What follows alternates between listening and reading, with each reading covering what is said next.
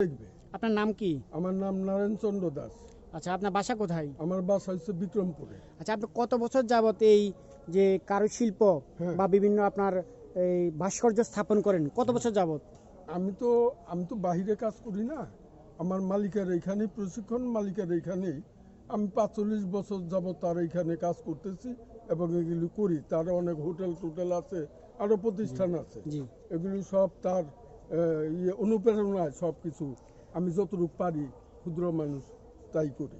এই ঘোড়াটা হয়েছে ক্ষুদিরামকে যখন ফাঁসি দেওয়া হয়েছিল তখন কি দৃশ্যটা ছিল কেমন, সেটাকে মানুষকে বর্তমান প্রজন্মের ছেলেরা হয়তো জানে না, কিন্তু এটা তুলে ধরার জন্য সেই ইতিহাস আমার সাহেব আহসানুল্লাহ মনি সে এই স্মৃতিটা ধরে রাখার জন্য সেই গেট আপটা তৈরি করবে। আরও অনেক কিছু হবে, অনেক কিছু বাকি রয়ে গেছে, অনেক আরও 6 মাস পর দেখতে পাবে। আচ্ছা, আমি আর ভাস্কর্যগুলো দেখতেছি সবগুলো কি আপনার হাতে তৈরি? জি জি, আমি তৈরি করছি। আপনি কতদিন যাবত কাজ করতেছেন? আমার এইটা আমি বলছি এই কথা ঠিক না, আমার একটা শিক্ষাগুরু আছে যে আমার মালিক, তার কাছ থেকে প্রশিক্ষণ প্রাপ্ত আমি, এবং যা করতেছি তার শিক্ষাই এগুলো আমি করতেছি। এগুলো করতে ভালো লাগে এবং করতেছি যে অনেক পৃথিবীর সমস্ত দেশের লোকরা এই ইতিহাসটা জানবে, আমাদের বাংলার ঐতিহ্য, আমাদের বাংলার যে সংগ্রাম করছিল ব্রিটিশ বিরোধী, সেটা তারা আমরা শুনছি, আমরাও দেখি নাই তো, আমরা শুনছি আমাদের বাবা মার মুখে, দেশবাসীর মুখে যে ক্ষুদিরাম একজন ব্রিটিশ বিরোধী সংগ্রামী ছিল, যার জন্য ব্রিটিশরা তারে ফাঁসি দেওয়া হয়েছে।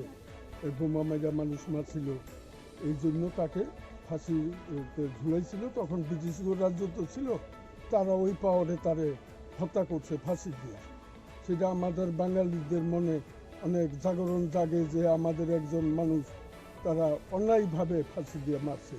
সেটাই এখনকার ছেলেরা যাতে শিখে, বা আমি শুনছি এই ধরনেরই যে এরকম মারছে, তা আমার মনে দুঃখ পায় যেহেতু উনি বাঙালি ছিল, আমাদের একটা বাঙালিকে এরকমভাবে হত্যা করছে, আমরা দেখি নাই, হয়তো আমাদের চোখে ভাসে। জি, মানে ক্ষুদিরাম ব্রিটিশ বিরোধী আন্দোলনের অন্যতম একজন ব্যক্তি ছিলেন। আচ্ছা, জি, ব্যক্তি ছিল, জি।